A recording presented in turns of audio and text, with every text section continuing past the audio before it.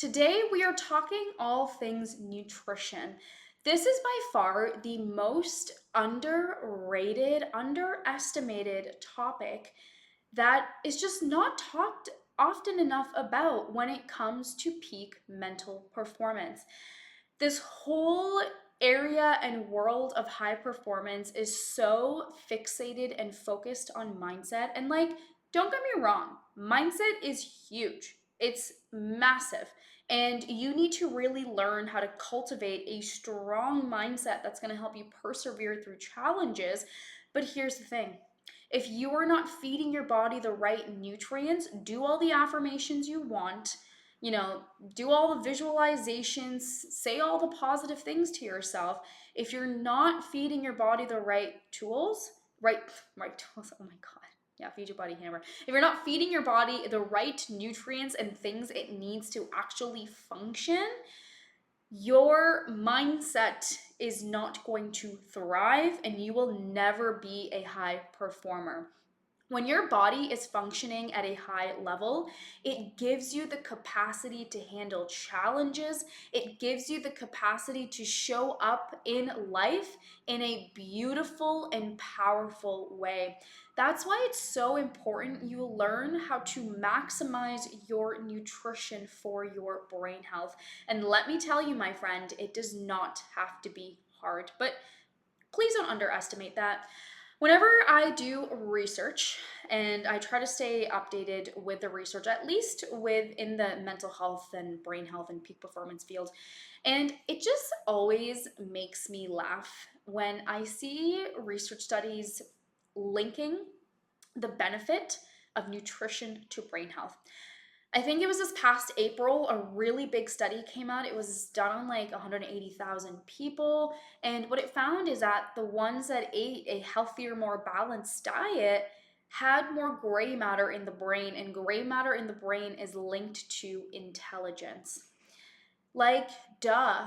That is literally what I thought when I read that study. And when I read studies like that, I'm just like, why are we even wasting money on this research? Of course, if you eat a diet that's higher in nutrients, if you eat a diet that is going to support your brain health, of course, you're going to be feeling good.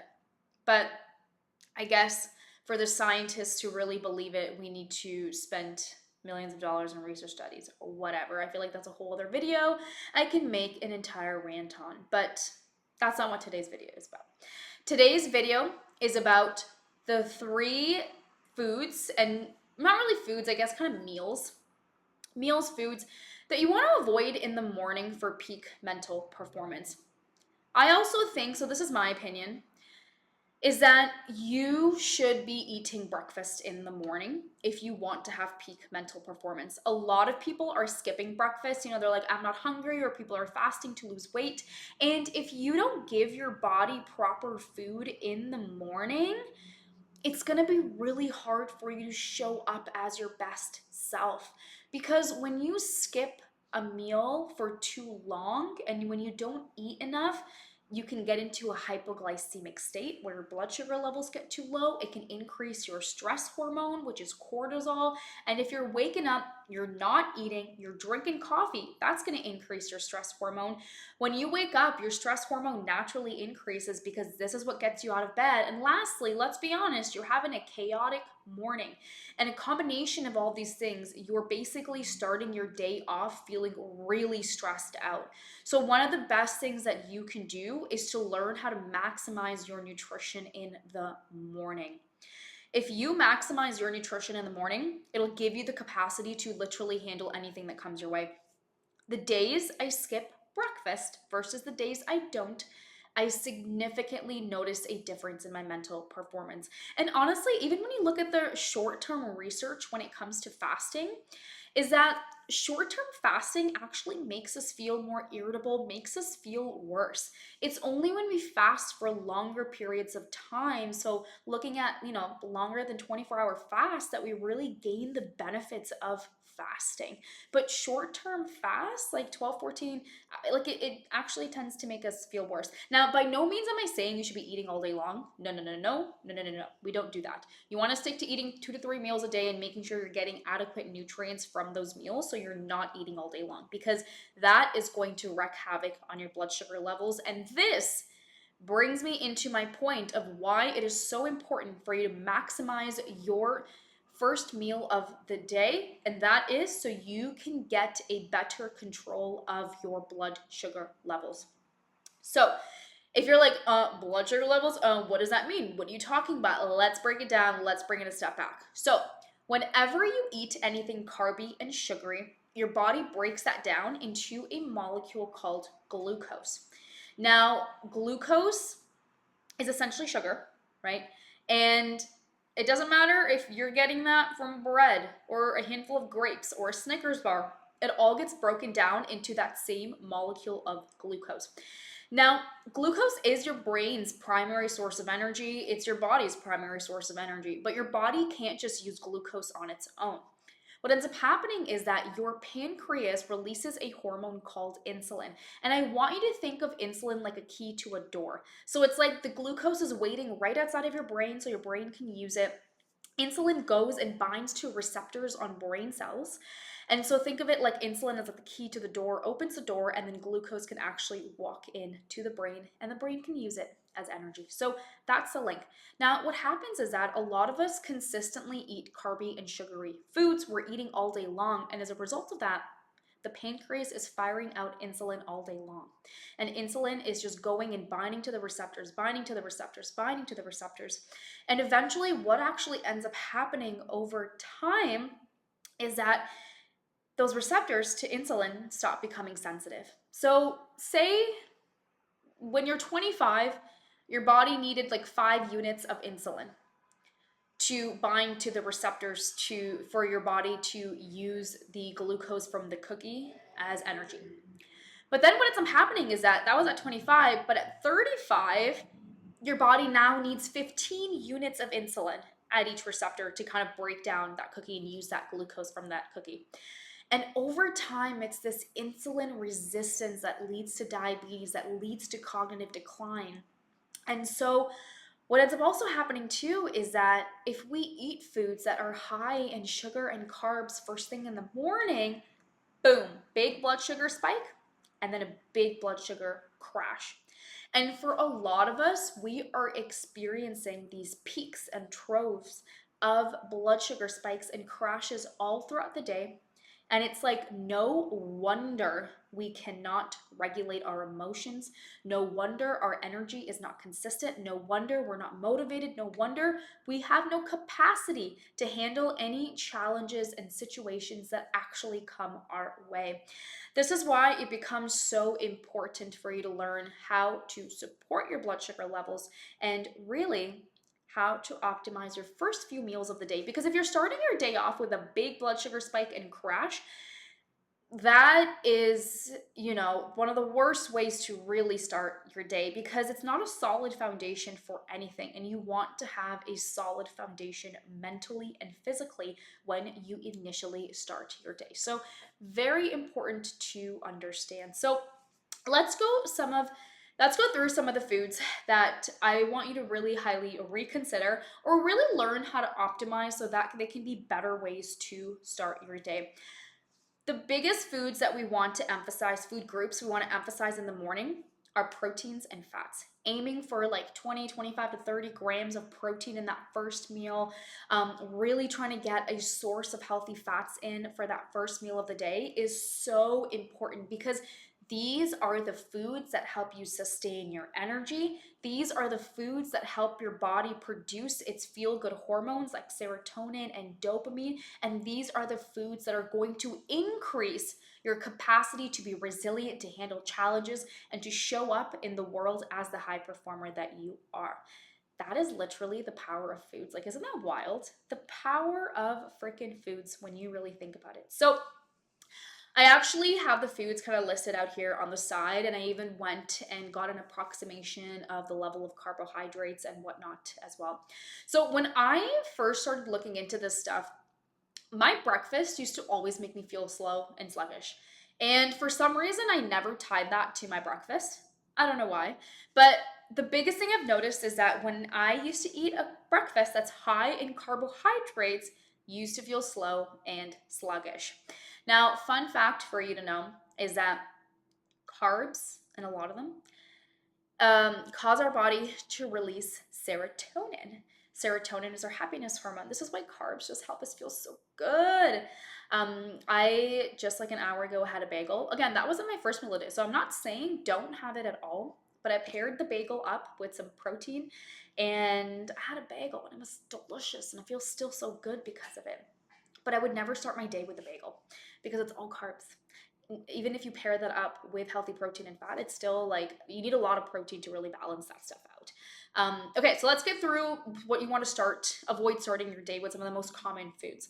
So bagels up there on the list for sure, but oatmeal is a big one.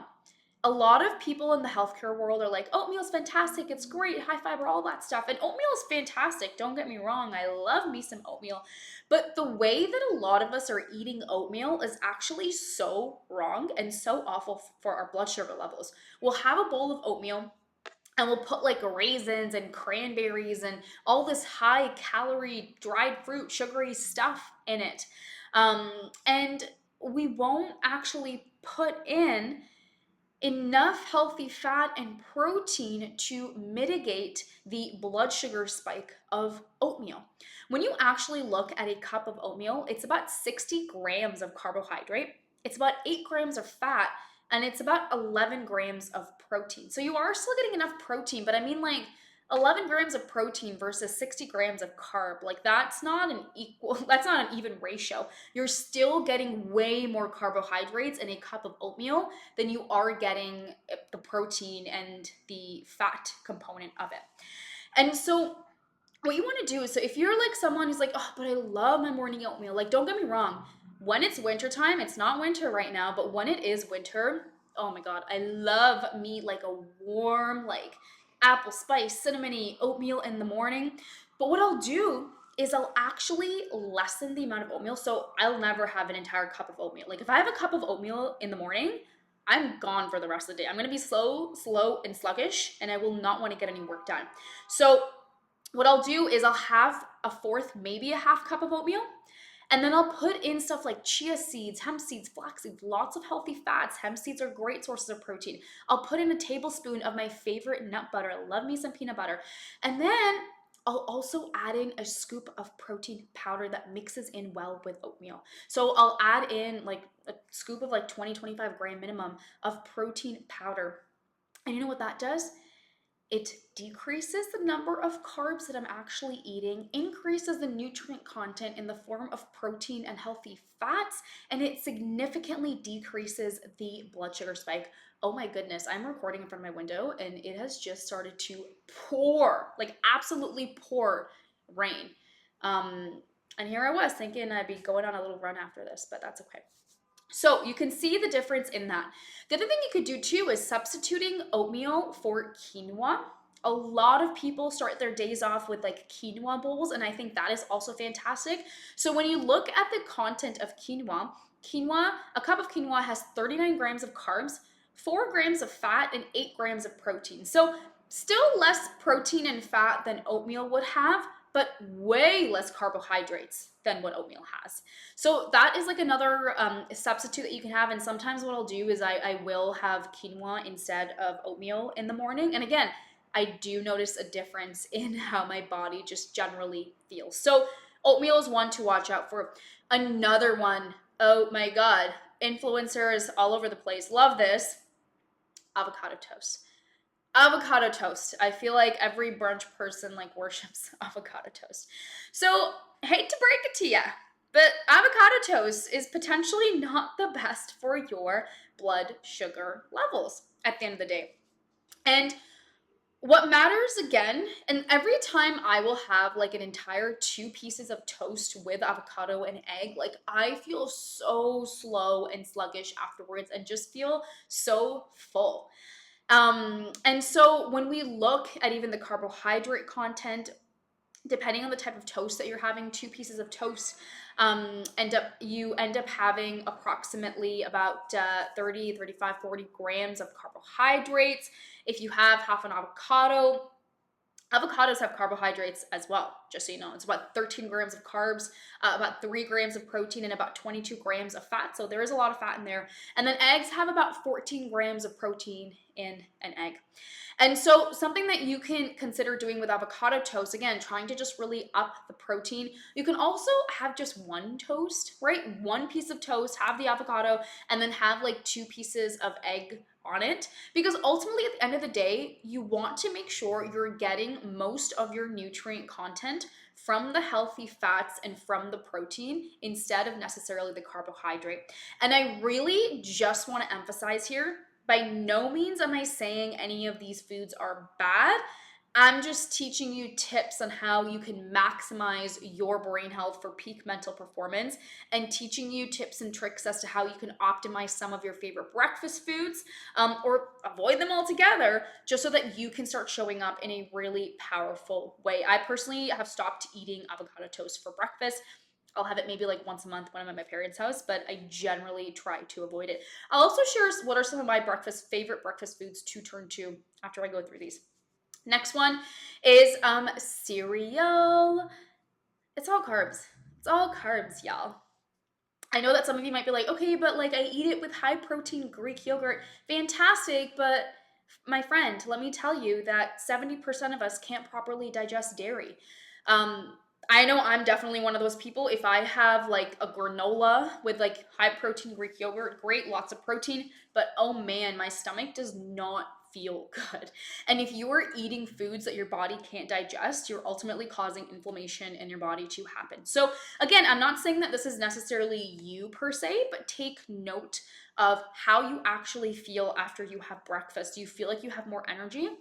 And it's not just right after you eat it, but tune into how breakfast makes you feel 30, 40, 50, like 2 to 3 hours after you eat it, because food has that effect and impact on us. I mean, food can affect you for days afterwards, right? So really start to tune in and take note of that. So if you're gonna have the cereal and the granola, again, the key is you want less of the cereal and granola and more of the high fat and proteins. So add the chia, hemp, flax seeds, add the nuts and seeds, add the nut butters, and add things in there that are going to up that protein content, because you want to decrease and limit the blood sugar spike that you are experiencing. So these are the top 3 foods that you either avoid or optimize, that I constantly see people eating and starting their day off with, and you're just starting your day off in a very dysregulated state if you do that.